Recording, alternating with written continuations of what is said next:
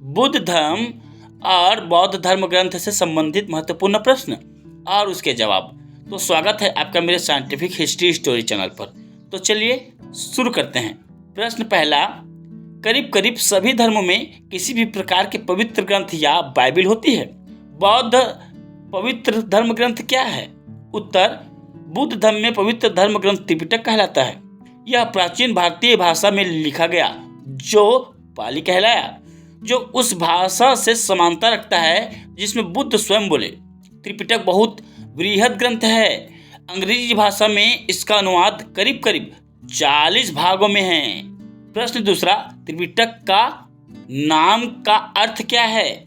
उत्तर, यह 2 शब्दों से बना है।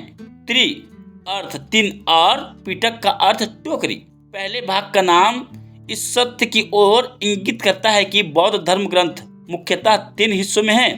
पहला भाग सुत्त पिटक कहलाता है, जिसमें बुद्ध के उपदेशों के साथ उनके कुछ निर्माण प्राप्त शिष्यों के उपदेश शामिल हैं। सुत्त पिटक के वर्णित उपदेश विविध प्रकार के हैं, जो इसके विश्वसनीयता के ऊपर वार्तालाप की अनुमति देता है, जो शिक्षा बुद्ध ने विभिन्न प्रकार के लोगों को दी थी। बुद्ध के बहुत सारे उपदेश व्याख्यान रूप में हैं, जबकि कुछ संवाद रूप में हैं। दूसरे भाग जैसे कि धम्मपद बुद्ध की शिक्षाओं को पद के माध्यम से प्रस्तुत करते हैं।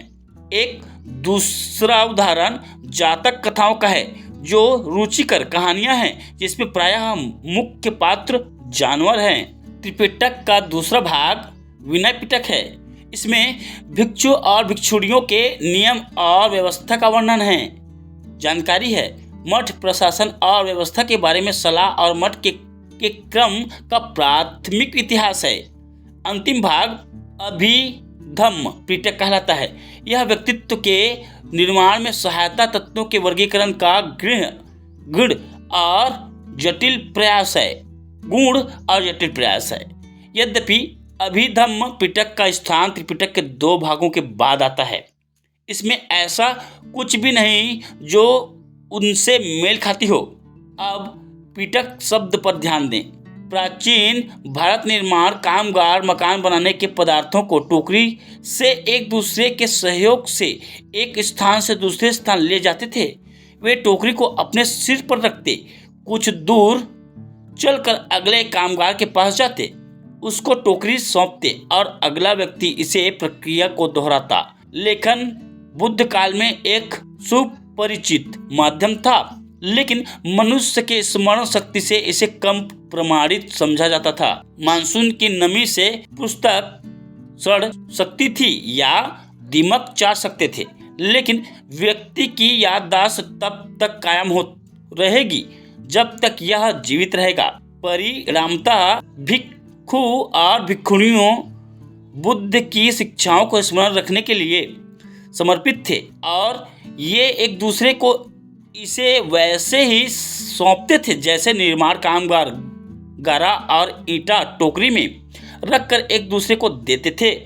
इसीलिए ही बौद्ध धर्म ग्रंथ का 3 भाग त्रिपिटक टोकरी कहलाया। अनेकों वर्षों तक इसी ढंग से सुरक्षित रखने के बाद त्रिपिटक को अंततः 100 ईसा पूर्व लिखित रूप दिया गया। प्रश्न, अगर धर्म ग्रंथों को स्मरण कर बहुत दिनों तक सुरक्षित रखा गया तो वह अवश्य ही बहुत ही अविश्वसनीय होगा।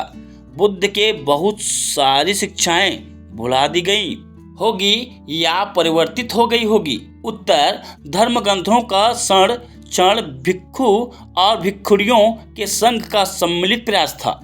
वे निश्चित अंतराल पर मिलते थे और कुछ भागों का या पूरे त्रिपिटक का सम्मिलित पाठ करते थे। इस कारण से स्वाभाविक रूप से इसमें कुछ भी जोड़ा जाना या परिवर्तन करना असंभव था। इस तरह सोचें, यदि 100 व्यक्तियों का एक समूह किसी गीत को हृदय से जानता हो और जबकि सभी इसको गाते हों, तब क्या होगा? जब कोई एक अंतरा गलत गाता हो या नया अंतरा घुसाने का प्रयास करता हो, अधिकांशतः लोग जो गीत को अच्छी तरह जानते हैं उस विषम व्यक्ति को कुछ भी परिवर्तन करने से रोकेंगे। यह भी प्रमुखतः से याद रखने योग्य है कि उस समय कोई टेलीविज़न नहीं था, समाचार पत्र या मन का ध्यान बांटने और व्यवस्थित करने का प्रयास भी नहीं था। साथ साथ यह भी सत्य है कि भिक्खु और भिक्षुणियाँ ध्यान करते थे, जिससे कि उनकी स्मरण शक्ति यथासंभव सही रहे। आज पुस्तकों के बहुत से प्रयोग के बाद भी भिक्खु हैं जो पूरे त्रिपिटक का हृदय से उच्चारण कर सकते हैं। वर्मा के भिक्खु मेनगोंग सायादाव ऐसा करने में समर्थ हैं और उनका नाम विश्व के सबसे अच्छे स्मरण शक्ति वाले व्यक्ति के रूप में गिनीज बुक के अभिलेख में दर्ज है। प्रश्न, बौद्ध धर्म ग्रंथ कितने महत्वपूर्ण हैं? उत्तर, बौद्ध इस बात पर बल नहीं देते कि त्रिपिटक देवी शास्त्र है या ईश्वर के द्वारा प्रकट हुई है, जिसके प्रत्येक शब्दों पर विश्वास करना ही चाहिए।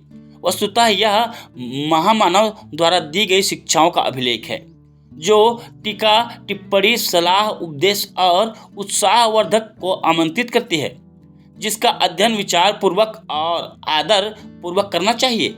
हमारा उद्देश्य केवल विश्वास करने की नहीं, त्रिपिटक की शिक्षाओं को समझने की होनी चाहिए। और अतः बुद्ध की बातों को हमें अपने अनुभवों को परखना चाहिए। आप कह सकते हैं कि बौद्ध ढंग धर्म ग्रंथों को परखने का वैसा ही होना चाहिए जैसा वैज्ञानिक का शोधों के प्रति होता है। वैज्ञानिक प्रयोग करते हैं और तब अपने खोज और परिणाम को शोध पत्र में प्रकाशित करते हैं। दूसरे वैज्ञानिक शोध पत्र को पढ़ते हैं और सम्मान देते हैं, लेकिन वे उसे सत्य और प्रमाणित नहीं मानते जब तक कि वे स्वयं प्रयोग नहीं करते और समान उत्तर हासिल नहीं कर लेते। प्रश्न, आपने धम्मपद की चर्चा की, क्या है यह? उत्तर, धम्मपद त्रिपिटक के प्रथम भाग का सबसे छोटी कृति है। इस नाम का अनुवाद सत्य का मार्ग या सत्य का स्वरूप हो सकता है। इसमें 423 श्लोक हैं, कुछ सारपूर्ण, कुछ गूढ़, कुछ में चित्तकर्षक उपमाएं हैं जो सभी बुद्ध द्वारा बोली गई हैं। अतः धम्मपद बौद्ध साहित्य का सबसे सुविख्यात भाग है। इसका अनुवाद सबसे प्रमुख भाषाओं में हुआ और विश्व धर्म साहित्य में इसको उत्तम रचना माना जाता है। प्रश्न, किसी ने मुझसे कहा कि धर्म ग्रंथों की पुस्तिका जमीन पर या अपने बाह में कभी नहीं रखना चाहिए, बल्कि इसे उच्च स्थान पर रखना चाहिए। क्या यह सत्य है? उत्तर, हाल तक मध्य यूरोप के बौद्ध देशों में पुस्तकों को बहुमूल्य और अतुल्य समझा जाता था, इसीलिए धर्म ग्रंथों को सदा आदर दिया जा रहा है। और आप जिस बात की चर्चा कर रहे हैं वह उसी का उदाहरण है, एग्जाम्पल है। यद्यपि परंपरागत अभ्यास अभी भी जारी रहना चाहिए, लेकिन अधिकांशतः लोग इस बात से सहमत होंगे कि बौद्ध धर्म ग्रंथों का सबसे अच्छा आदर उसके शिक्षाओं के अभ्यास में होगा। प्रश्न, मैंने बौद्ध धर्म ग्रंथों के अध्ययन में परेशानी महसूस की। यह दीर्घ, पुनरावृत्ति युक्त और बोझिल मालूम होती है। उत्तर, जब हम धार्मिक ग्रंथों को खोलते हैं तो हम उसके शब्दों में उन्नति, आनंद या प्रशंसा की अपेक्षा रखते हैं जो हमें आगे बढ़ाए और प्रेरित करे। परिणामतः कुछ लोग बौद्ध धर्म ग्रंथों को पढ़ने के बाद थोड़ा विचलित हो जाते हैं, जबकि बुद्ध के कुछ उपदेशों में विशेष रूप से आकर्षण और सौंदर्य है। सबसे अधिक अनुकरणीय दर्शन शास्त्र का सिद्धांत विस्तार से आचरण और ध्यान के विषय में सलाह, सावधानी से यथोचित तर्क वितर्क और संक्षिप्त रूप से सत्य का वर्णन, ये भावनाओं की अपेक्षा बुद्धि को ज़्यादा आकर्षित करती है। जब हम बौद्ध धर्म ग्रंथों को दूसरे धर्म ग्रंथों से तुलना बंद कर देंगे, तब हम देखेंगे कि इसमें अपनी अलग प्रकार की सुंदरता, स्पष्टता की सुंदरता, गहराई और ज्ञान है। प्रश्न, मैंने पढ़ा है कि बौद्ध धर्म ग्रंथ मूल रूप से ताड़ के वृक्षों के पत्तियों पर लिखा गया, ऐसा क्यों किया गया?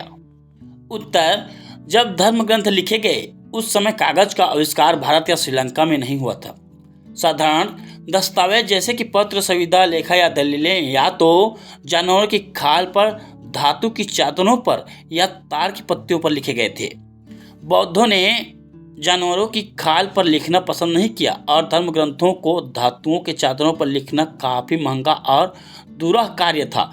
अतः ताड़ की पत्तियों पत्तियों का उपयोग किया गया। पत्तियों की विशेष रूप से तैयार करने के बाद उनको एक साथ रखकर तारों में बांधा गया और सुविधानुसार संरक्षण के लिए आधुनिक किताबों की तरह लकड़ी की जिल्द में रखा गया।